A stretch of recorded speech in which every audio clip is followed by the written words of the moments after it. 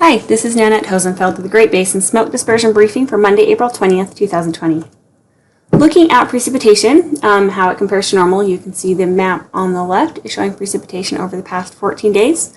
The image on the right is showing percentage of normal over the past 30 days.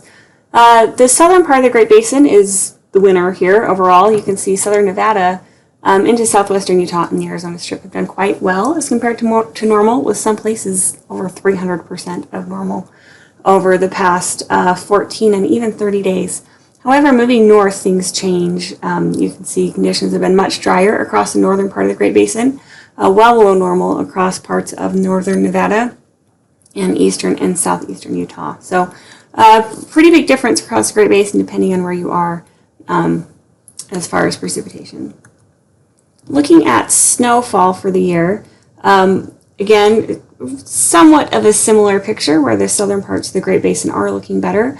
Overall, Utah is doing the best as far as snowpack. This is comparing snow water equivalent to normal, and you can see that Nevada is not doing so well, especially western Nevada. Some of those areas looking at about 50% of the normal snowpack. Much less snowpack in Idaho as well. So this is just something you're looking at moving into the upcoming fire season.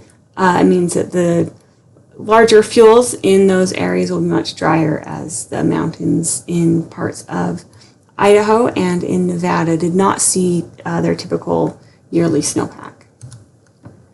The satellite this morning shows mostly clear conditions across the Great Basin. It'll be a really nice day for much of the area. Looking at today's weather, we do have a high ridge in place, some high pressure in place that will bring mostly seasonal temperatures, maybe a couple degrees above normal to much of the area, with good to excellent mixing for most of the Great Basin. Looking at today in a little more detail, really light winds are expected today, but those will be balanced by really good mixing heights. As we move into Tuesday, the ventilation index continues to improve. It'll be a pretty quiet day weather-wise on Tuesday.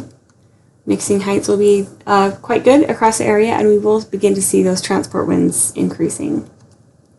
As we move into Wednesday, we'll start to see a system move by to the north of the Great Basin that will result in a continuation in the improvement of those ventilation indices, and we will see some moisture across the northern part of the area on Wednesday.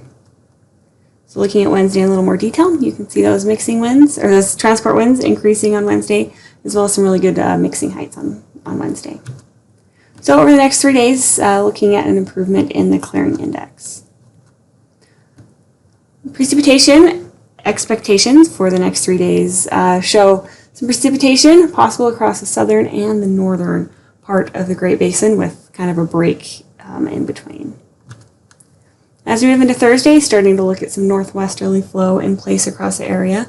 Again, really quite quiet weather-wise on Thursday, looking at good to excellent mixing for the entire area on Thursday. Pretty similar picture moving into Friday. Then as we move into Saturday, we'll start to see some high pressure briefly move into place ahead of a storm that's expected to make its way into the area on Sunday.